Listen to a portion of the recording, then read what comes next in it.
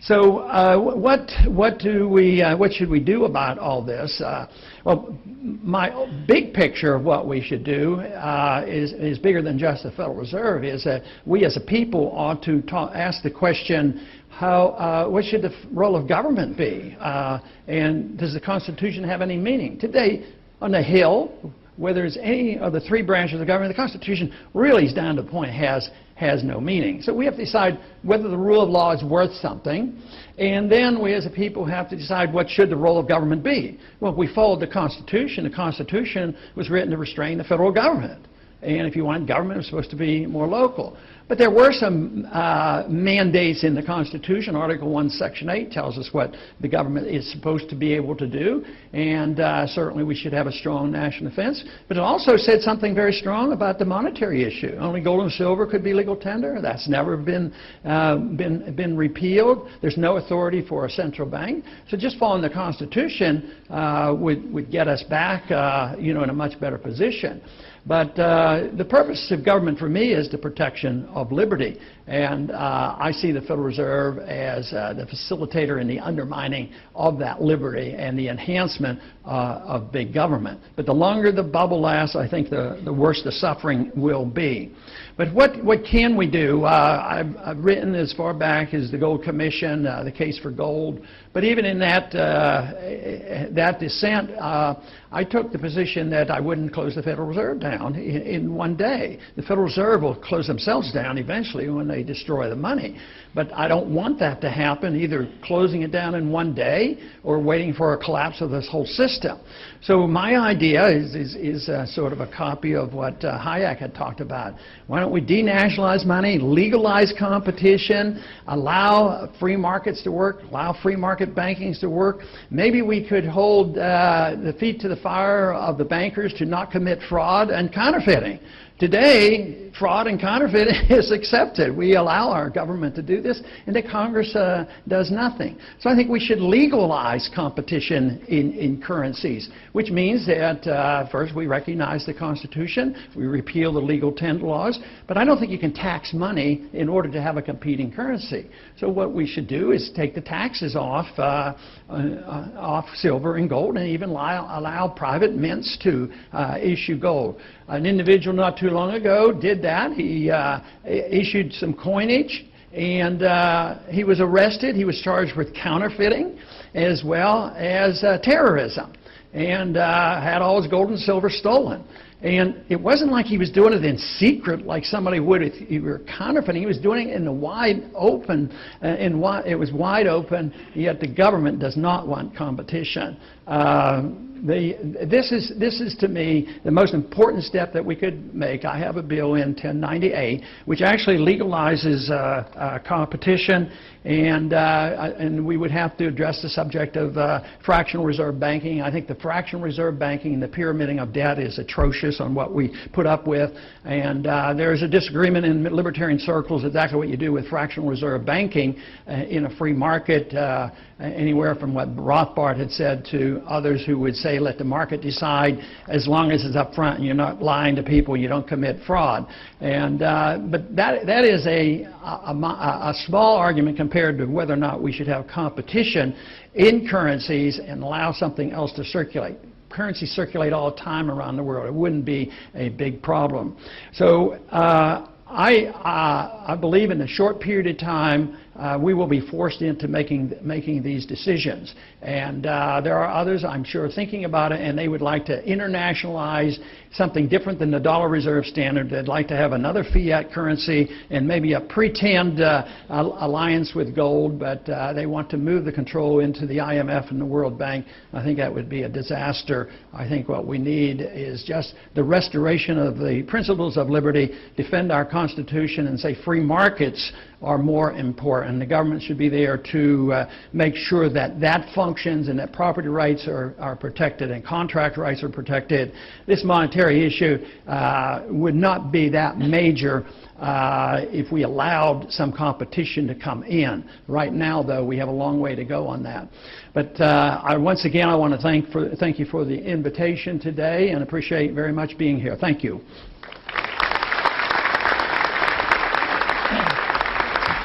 Thank you. I'm gonna let Congressman Paul actually handle the questions. That's what the President does during the press conferences, so I think Ron Paul can do that.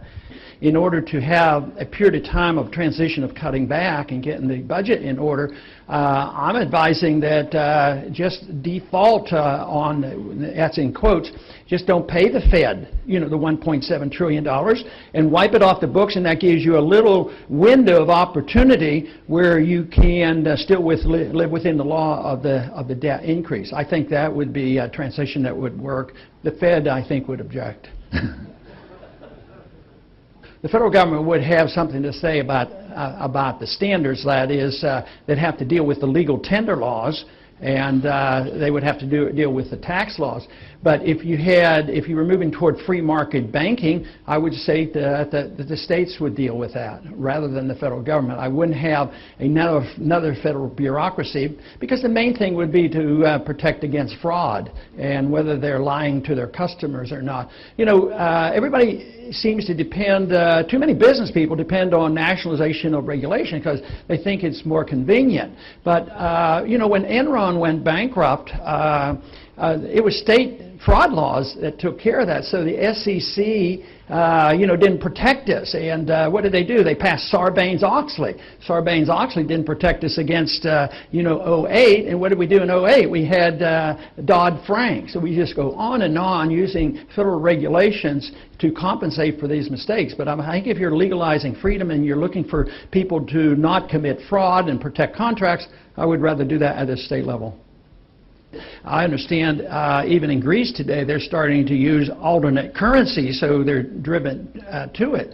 So I think that would be fine. But of course, the ideal world would be for all governments to endorse the fact and provide it internationally, because you wouldn't have competing devaluations of currencies that lead to trade wars. That's where our problem is today. I mean, just think of the squabbles that we're having now with China. China is making their currency too weak. Well, what about us? Don't you think we manipulate our currency? So, it'd be better to have it, more or less agreed upon by all the countries. But I think a major first step to prove that it would work, I would still argue the case for legalizing it domestically and see what happens. They're talking about this in Mexico right now, that they can have a parallel silver standard. So I think the market would determine that. If nobody wanted to use it, then we wouldn't have to bother with it. But, what they say on the surface on foreign policy in these wars, when they pretend that they don't want so many, like George Bush in 2000 said that he wanted a humble foreign policy and no nation building and no policing of the world. Well, that's exactly what they want, and that's what they do. So they would change it. I think McCain would win that vote, and that's why it's going to fall apart, and that's why they're not going to cut spending. They're going to keep doing this, and they're going to keep printing money. And the litmus test will be, how long will they take our money? And I think the world is engulfed with a bond bubble and a dollar bubble so huge that once they start moving out of the dollar into real assets, like they move out of currencies in Greece and Italy, their bonds, I think it's going to be catastrophic in size. But no, I have no, and even if those cuts went into effect, I consider them puny.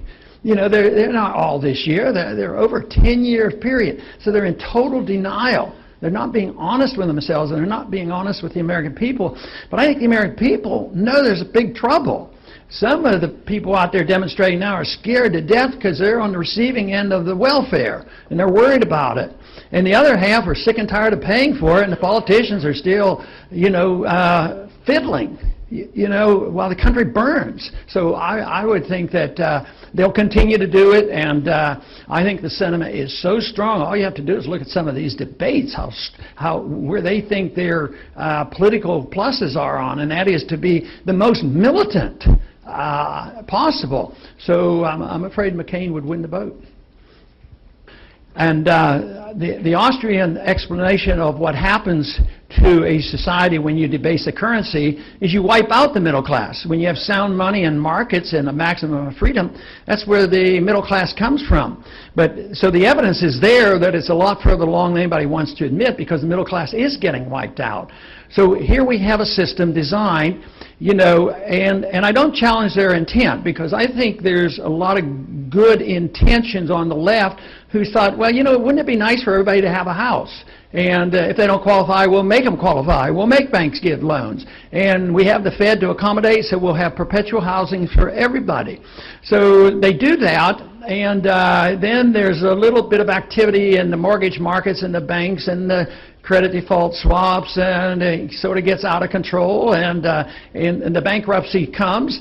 But then the fear comes about, and well, it'll be terrible. They're all going to fail, and the end of the world will come. So therefore, we have to prevent the depression. So we bail out all the big guys, and what happens? They benefit by it. And they've been benefiting all along, and who got stuck? The middle class. They lost their jobs, and they lost their houses. But I think it's characteristic of the destruction of a currency. It's characteristic of who controls things at the Federal Reserve and who controls things, in Congress. It's bailing out the rich. But basically, whether it's quantitative easing or just the creation of credit, the people who get the money first get the best deal. The banks and the big corporations and the military-industrial complex and the politicians. And then as it circulates, what do the people get? They get the higher prices, and that's a tax, and they suffer the most. And people, that part of it is less understood by the people. They know there's something wrong, but it's crucial, because those who are complaining on Wall Street right now have some justified complaints. Why did the big guys get bailed out? Why did they get all these benefits? At the same time, they lump it together and say anybody who's ever been productive and made some money have to be put in the same category. So believe me, if we don't sort that out, this is going to be very, very difficult to resolve. And I think only people that believe in the libertarian approach to government and sound money can sort this out, to try to pin it down and say it's government that's doing it, it's not the marketplace. And I think it's absolutely right. These quantitative easings are helpful to special groups and are very unhelpful, even though on the surface it was designed to help the average person. I do not think it helps at all. They're the ones who suffer.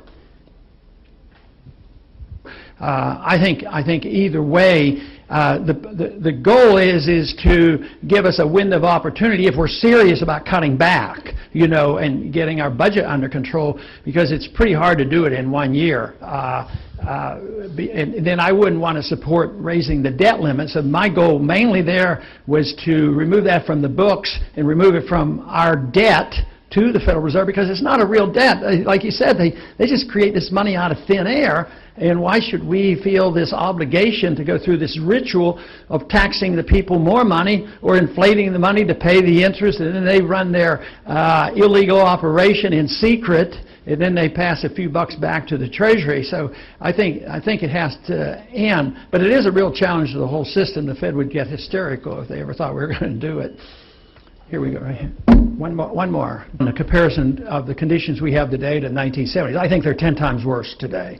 I think the bubble is bigger, the disruption of the markets is greater, the debt is so much greater. We're in worse shape because we're less productive, and we have this foreign indebtedness, and the current account deficit is continual. We're indebted to a country of China. We'd like to blame China for all our faults. And there's, like I've been saying, there's no chance at the moment for us to get our house in order and cut back spending. So we're moving rapidly toward the total rejection of the dollar reserve standard. In a way, that's what's been going on, but the end stages will be very, very rapid. So I consider conditions a lot worse. Like you said, wages were keeping up a little bit better. Wages aren't keeping up because jobs aren't keeping up. Revenues keep going down, which wouldn't be so bad if they were going down for other reasons. But it's a reflection of such a weak economy. So, yeah, I think we're at the precipice, and that we're going to be pushed over unless we do something. And of course, I'm convinced that any reform that ignores monetary policy is not a reform. If you're worried just about big government and cutting back, you cannot deal with that without dealing with monetary policy. If you're concerned about taxes and think that you can just limit taxation, inflation is a tax, the whole mess is there. But for me, if you want peace and prosperity and limited government and work for our personal liberty, you have to deal with the Federal Reserve. Thank you very much.